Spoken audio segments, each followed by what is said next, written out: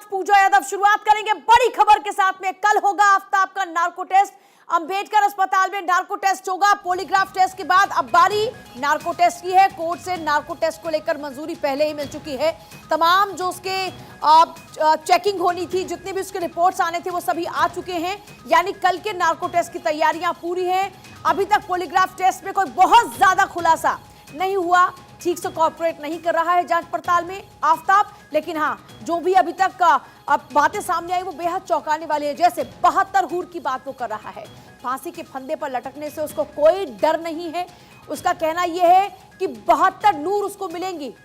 Court से narco की मंजूरी पहले ही मिल चुकी है। नार्को से पहले की तैयारियां ऑलमोस्ट की जा चुकी हैं। कल आफ्ताब का नार्को टेस्ट होगा। नार्को टेस्ट के जरिए कई खुलासे होने की उम्मीद है। जो अब तक अनगुत्थी जो इस वक्त सुलझी नहीं है, जो गुत्थी अभी तक अनसुलझी, माफ कीजिएगा, वो गुत्थी को सुलझाने की कोशिश की जाएगी। जो कड़ियां अब तक जुड़ नहीं पा रही हैं, उन कड़ियों को जोड़ने की कोशिश होती हुई कल नजर आएगी। क्योंकि सबसे पहला सवाल यह है कि वो आरी जिससे श्रद्धा के टुकड़े टुकड़े किए गए थे, वो आरी कहां पर है? श्रद्धा का सिर उसने कहां पर फेंका? श्रद्धा का मोबाइल फोन अभी तक नहीं मिला है। ऐसे कई सवाल हैं। श्रद्धा को उसने क्यों मारा? अभी तक देखिए, इन तमाम सवालों के जवाब पुख्ता तौर पर नहीं मिल पाए हैं। अलग अलग तरीके की वो बातें अब तक कर रहा है। लेकिन कोर्ट से नार्को की मंजूरी मिलने के बाद पॉलीग्राफ टेस्ट पूरा हो चुका है। उसकी प्रक्रिया खत्म होने के बाद अब कल नार्को टेस्ट होगा। यानी उसकी अचेत अवस्था में उससे जो सवाल पूछे जाएंगे उसको लेकर क्वेश्चनर भी तैयार हो चुका है। यानी जो सवाल पूछे जाएंगे वो सवालों की फहरिस्त भी तैयार हो चुकी है। हमने आपको यह भी बताया था कि किस तरीके से नार्को टेस्ट की प्रक्रिया होती है।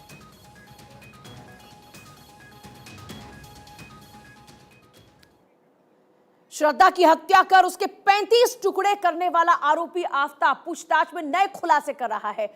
और हर खुलासे के साथ साबित यह होता जा रहा है कि आफ्ताब का दिमाग कितनी दरिंदगी से भरा हुआ था।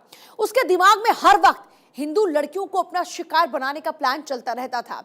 जांच में सामने आया है कि डेटिंग ऐप पर आफ्ताब जानबूझकर हिंदू लड़कियों को ही सर्च करता था। आफ्ताब का टारगेट और माइंड एकदम सेट था। वो सिर्फ और सिर्फ हिंदू लड़कियों को ही अपना निशाना बनाया करता था ताकि मरने के बाद उसे जन्नत मिल सके।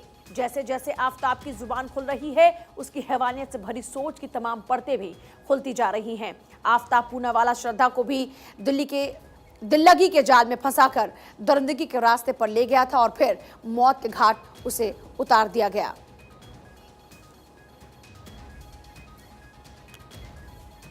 देखिए, नार्को टेस्ट 1 दिसंबर का होगा। कन्हैया शुक्ला मेरे साथ, मेरे सहयोगी इस वक्त जुड़ रहे हैं। कन्हैया शुक्ला का सीधे रुक करके, कन्हैया, अब उम्मीद यही है कि नार्को टेस्ट के जरिए उन तमाम सवालों का जवाब मिल पाए जिनकी फिराक में इस वक्त पुलिस है। नार्को को लेकर अब तक क्या तैयारियां हो चुकी हैं? आपको बता दें कि नार्को टेस्ट के पहले जो है आरोपी आफ्ताब का टेस्ट कराया गया है। तो 5 दिन पॉलीग्राफी टेस्ट हुआ है। उसके पहले जो प्री मेडिकल टेस्ट होता है वो भी आफ्ताब का कर लिया गया है और उसमें ये बताया गया है कि वो पूरी तरीके से फिट है। नार्को टेस्ट वैसे भी जो कोर्ट में लेकिन नार्को और जो जांच टीम है उसको लीड मिलती है जो आरोप होते हैं, जो घटना होती है उसके साक्ष्य जुटाने के लिए और उसके खिलाफ जो आरोपी है उसके खिलाफ जो है मजबूत चार्जशीट बनाने के लिए सभी साक्ष्य इकट्ठा करने के लिए नार्को टेस्ट कराया जाता है। नार्को टेस्ट एक ऐसी प्रक्रिया है जिसमें एक तरीके का जो कुछ मेडिसिन दी जाती हैं आरोपी जिससे पूछताछ की जाती है, जिसके बाद वो अचेत मुद्रा में होता है और सच और झूठ का जो अंतर है वो उसको स्पष्ट नहीं होता है और उसे सवाल किए जाते हैं। कई सवाल दोहराए जाते हैं। अगर देखा जाए तो पॉलीग्राफी टेस्ट में लगभग 250 सवाल उससे किए गए थे। कई सवाल कई बार दोहराए गए हैं। उसी तरीके की सवाल की पूरी लिस्ट बनाई गई है नार्को टेस्ट में, क्योंकि पॉलीग्राफी टेस्ट में जो पुलिस है, जो जांच टीम है, उसको बहुत ही पर्याप्त सबूत नहीं मिले हैं। बहुत सी ऐसी सवाल है जिसका उनको जवाब नहीं मिला है, जिससे वो संतुष्ट नहीं है और उन सवालों का जवाब ढूंढना पुलिस के लिए बहुत बड़ी चुनौती है। तो इसीलिए नार्को टेस्ट कराया जाएगा और इस नार्को टेस्ट के बाद पुलिस को एक लीड मिलेगी जिसमें कौन सा हथियार प्रयोग किया गया था, किन लोगों के से बात हुई थी, किन लोगों को इस घटना के बारे में जानकारी थी। इसके अलावा जो हथियार है वो कहाँ फेंका गया है, जो 100 के टुकड़े हैं, जो मुख्य जो अगर कहा जाए श्रद्धा का जो है वो है। तो इन सारे सवालों का जवाब ढूंढा जाएगा क्योंकि जो आरोपी अच्छा, इन सवालों के जवाब के साथ साथ क्या सवाल ये भी रहेंगे कि ये हिंदू लड़कियों को क्यों टारगेट करता था? क्या इसके पीछे कोई और मास्टरमाइंड काम कर रहा है? आखिर किस विचारधारा से ये इस तरीके से प्रभावित था कि इसको सिर्फ हिंदू लड़कियां ही अपने लिए टारगेट नजर आती थी? क्या ये भी क्वेश्चन आर्म में सवाल हो सकते हैं? इसको लेकर भी कोई जानकारी है क्या अभी आपके पास?